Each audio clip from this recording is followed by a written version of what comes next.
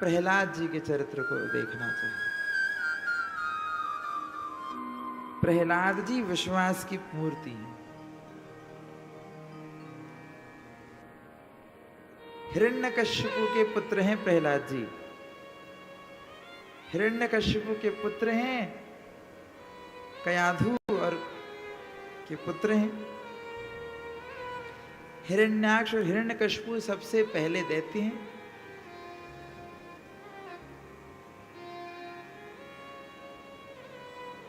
हिरण्यकश्यपु ने ब्रह्मा जी की खूब कठिन तपस्या की महाराज। ऐसी कठिन तपस्या की नहीं, पूरे शरीर में बामियां लग गईं। खूब तपस्या करी। ब्रह्मा जी आए, ब्रह्मा जी प्रकट हुए, वरदान मांगने को कहा। ब्रह्मा जी से हिरण्यकश्यपु कहता है, भगवान हमें अमर बना दो, अमरता प्रदान कर दो। ब्रह्मा जी ने बोला, अमर तो हम भी नहीं है, हमारी खुद की आयु 100 वर्ष की है। भले ही धरती के हिसाब से वो उनका एक दिन में यहाँ के 100 वर्ष बीत जाते हैं, परंतु उनकी आयु है नित्य, तो अमर तो वो भी नहीं है। तो अमरता का वरदान तो हम कैसे दें, तुम कुछ और मांग लो। तो बुद्धि लगाई, कहा कि ना मैं अस्त्र से मरूं, न शस्त्र से मरूं, न दिन में मरूं, न रात में मरूं, न घर के बाहर मरूं, न घर के भीतर मरूं, न सुबह मरूं, न शाम में मरूं, न मनुष्य से मरूं, न देवताओं से मरूं, कोई मुझे ये सब कोई मार ना सके। अच्छा, ब्रह्मा जी ने भी सोचा, एक ही तो हमारा उपासक बना, कोई तो हमारी उपासना करता ही नहीं ज्यादा। ब्रह्मा जी के उपासक तो ज्यादा कोई है नहीं, सब भगवान प्रिया प्रीतम के उपासक हैं। चाहे आप उसे फिर राधे कृष्ण कहो, चाहे सीताराम कहें, चाहे लक्ष्मी नारायण कहें, चाहे उमा महेश करें, भगवान युगल सरकार के सब उपासक हैं। ब्रह्मा जी की उपासना प्रख्यात नहीं है। ब्रह्मा जी ने दिया वरदान, एवमस्तु, अब भगवान आप जानो, आपका काम जाने, हमने तो वरदान दे दिया। जानते हैं भगवान कोई ना कोई तो उपाय निकाल ही लेंगे।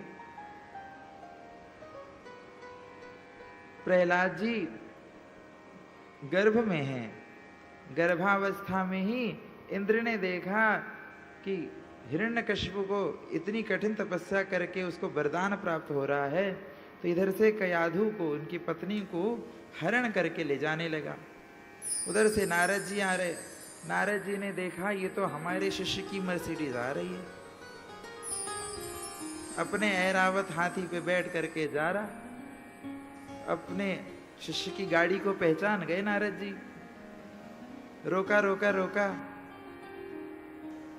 इंद्र रुका, देखा तो गाड़ी के पीछे देखा, हाथी के पीछे देखा तो पीछे में कौन दिखा, ये तो कयाधु बैठी है। बोला कि ये क्या कर रहा है, गलत काम, कहाँ लेकर के जा रहा है। बोला कि कुछ नहीं बोल पाए इंद्र। बोला कि इनको यहीं हमारे आश्रम में उतारो सुरक्षित।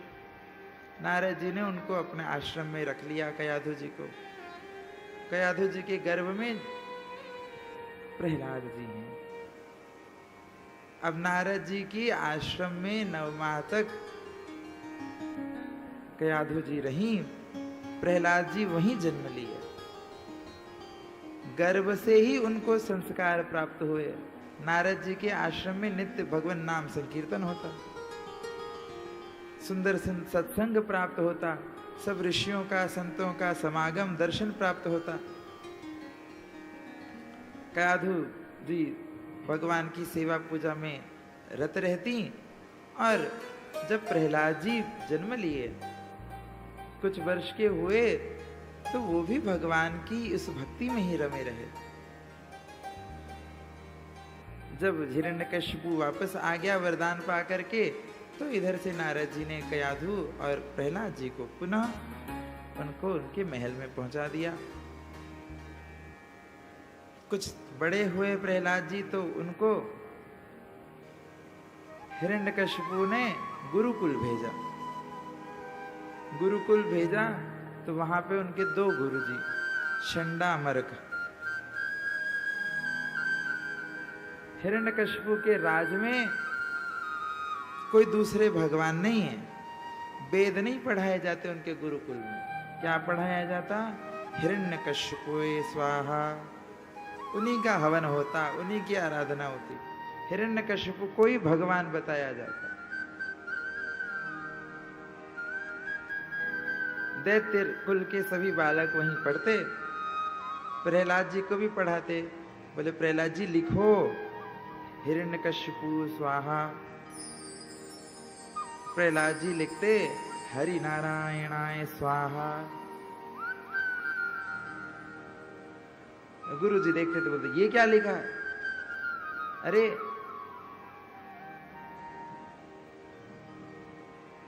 पीटीएम हुई, पेरेंट्स टीचर मीटिंग।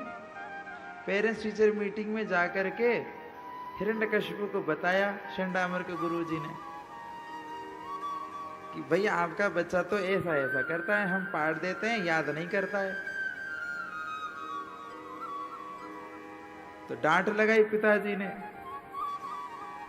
मेरे राज्य में तो हमारे शत्रु नारायण का नाम लेता है। अब से नहीं, फिर भेज दिया। अब की बार गए, अब तो अपने संग में और लोगों को जब पाठ पूरा हो जाता, रिसेस होता, छुट्टी हो जाती, तो अपने दोस्तों को लेकर के बैठ के उनको भी कीर्तन सिखाते श्री प्रहलाद जी। श्रीमन्नारायण नारायण हरि हरि। श्रीमन्नारायण नारायण हरि हरि। श्रीमन्नारायण नारायण हरि हरि।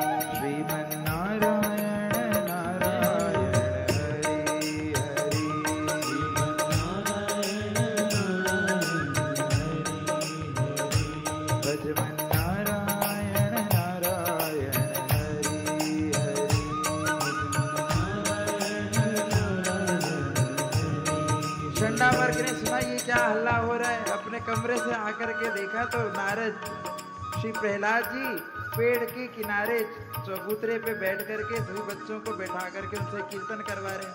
भागे भागे भागे भागे डंडा लेकर के आए गुरुजी, सबको भगाया, सब भाग गए।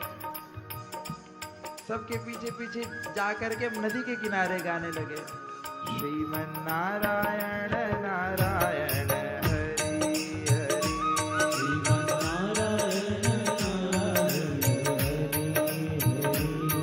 कहते देखो तुम ये गाओगे ना तो तुम बड़े सिद्ध हो जाओगे, तुम बड़े राजा बनोगे, तुम्हारी सभी मनोकामनाएं पूर्ण हो जाएगी। ऐसा सिखाते बच्चे, उसकी बात मान करके सब संग में गाते हैं श्रीमन्नारायण नारायण हरि हरि।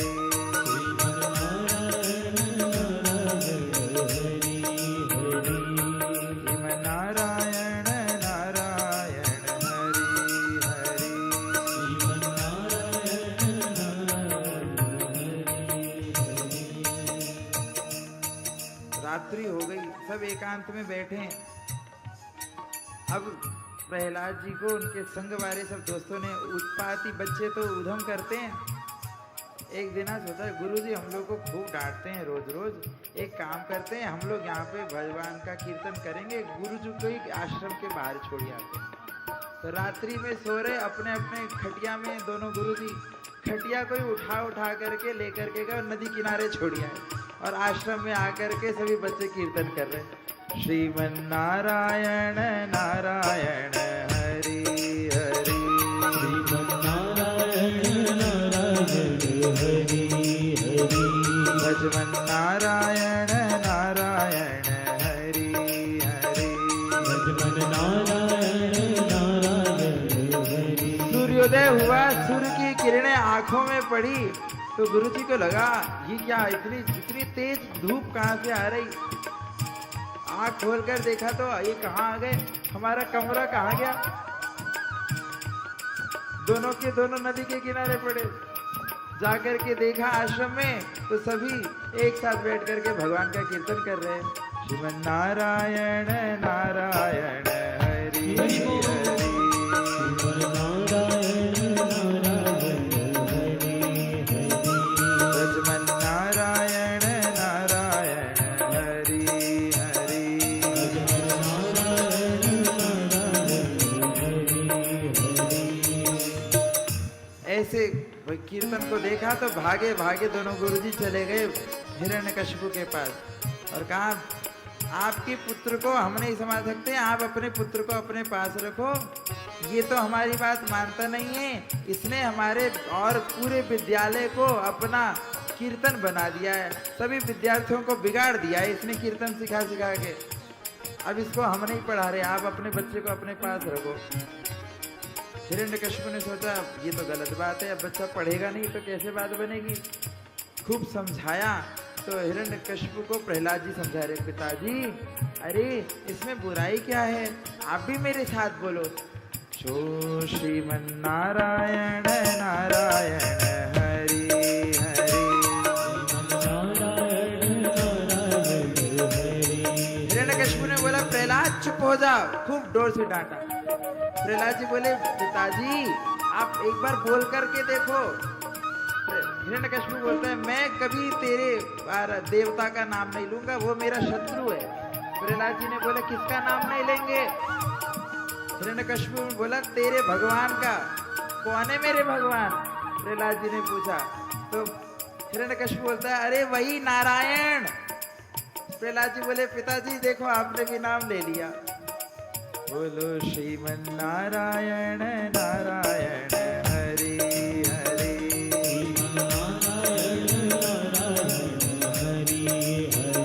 अरे मैंने तेरे भगवान का नाम नहीं लिया है, ये तू बोल रहा है। पिताजी मैं तो बोल ही रहा हूँ, आप भी तो बोलो श्रीमन नारायण नारायण हरि हरि,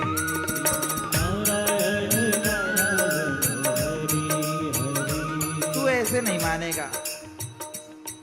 सैनिकों को बुलाया, जाओ जाकर के इसको बांध करके समुद्र में फेंक दो। सैनिक आए, प्रहलाद जी को बांधा और ले जा करके जैसे ही खाई के नीचे समुद्र में फेंकने लगे, समुद्र वसना देवी साक्षात भगवती श्री लक्ष्मी जी समुद्र से प्रकट हो गई और उनको अपने गोद में लेकर के भगवान के पास ले आई।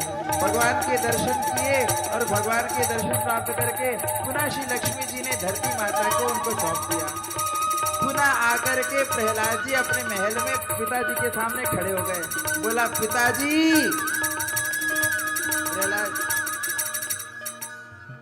प्रहलाद जी ने, अब इधर तो वो सोच रहे कि अब तक चले गए होंगे।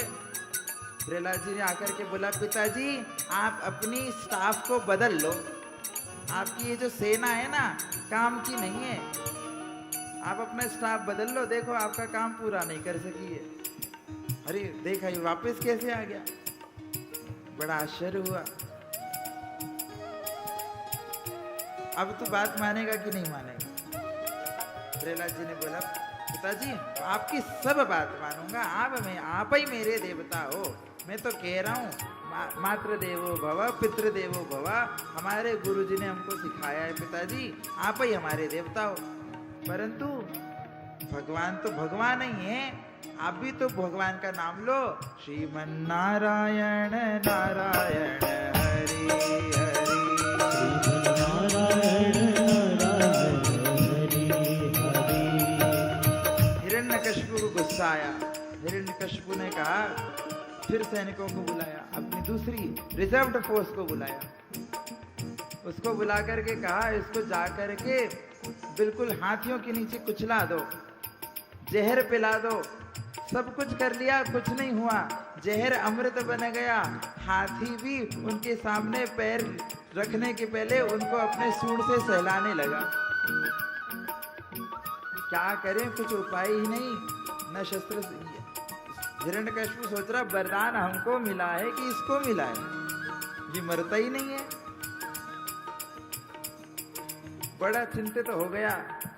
रात्रि में बैठा तो उसकी बहन आई होलिका। होलिका ने पूछा, भैया आप बड़े चिंतित हो? बताया कि बहना देखो, ऐसी ऐसी बात है, ये जो पुत्र है, एक मेरा पुत्र बिल्कुल नालायक सा निकल गया। बताओ, हमारे शत्रु का नाम जपता है, हरि हरि करता है। मैं उस हरि को हराना चाहता हूं और ये हरि हरि गान करता है। अब तुम ही बताओ क्या किया जाए। होलिका ने बोला, भैया आप बिल्कुल चिंता मत करो, देखो मेरे पास भी बहुत सारे वरदान हैं। मुझको अग्नि देवता से का वरदान मिला है, मैं अग्नि में कभी जलूंगी नहीं। एक काम करते हैं, आप अग्नि प्रज्वलन करो, उस चिता में बैठ करके मैं बैठूंगी उसको, प्रहलाद को गोद में लेकर के, और मैं तो जलूंगी नहीं, प्रहलाद जल के भस्म हो जाएगा। पूरी तैयारी करी गई, खूब बड़ा सा लकड़ी का ढेर बनाया गया, उसके ऊपर होलिका प्रहलाद जी को गोद में लेकर के बैठ गई। अग्नि लगा दी गई।